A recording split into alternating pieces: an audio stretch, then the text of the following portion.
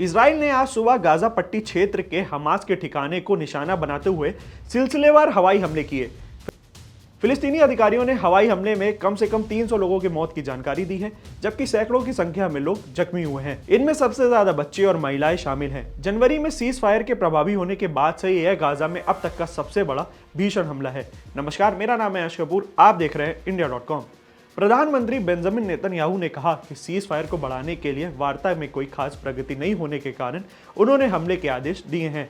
Netanyahu के कार्यालय ने कहा, इजराइल अब सैन्य ताकत को बढ़ा करके हमास के खिलाफ कार्रवाई करेगा। रात भर हुए हमले ने शांति के दौर को खत्म कर दिया है और 17 माह से जारी संघर्ष के फिर से शुरू होने की आशंका को बढ़ा दिया है, जिसमें 4800 से ज्यादा फिलिस्तीनी मारे गए थे और गाजा पूरी तरह से तबाह हो गया था। हमास द्वारा बंधक बनाकर रखे गए लगभग 24 इजरायली नागरिकों के भविष्य के बारे में इजराइल के हमलों के कारण संशय की स्थिति पैदा हो गई है, जिसके बारे में माना जाता है कि वो शायद अभी भी जीवित हो सकते हैं। हमास ने एक बयान में इजराइल की ओर से किए गए हमले की निंदा की और कहा कि इन हमलों ने बंधकों के भविष्य को खतरे में डाल दिया है। वहीं एक इजरायली अधिकारी ने बताया कि इजराइल हमास के उग्रवादी, उसके नेताओं और बुनियादी ढांचों पर हमला कर रहा है तथा हवाई हमले से परे इस अभियान को बढ़ाने की योजना बना रहा है।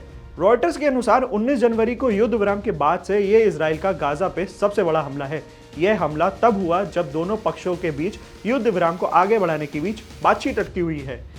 इजराइल और हमास के बीच 19 जनवरी को हुए 3 चरणों वाली युद्ध विराम को बनाए रखने वाले तरीके पर असहमति थी। अमेरिका और अरब मध्यस्थ पिछले 2 हफ्तों से हुई बातचीत में दोनों पक्षों को युद्ध विराम के लिए मनाने में नाकाम रहे।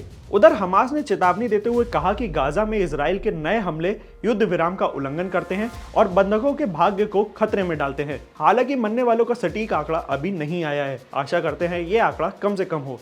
ऐसी और भी खबरों के लिए बने रहिए हमारे साथ, देखते रहिए India. Thank you for watching. कैमरे के पीछे थे हमारे साथी अनंता।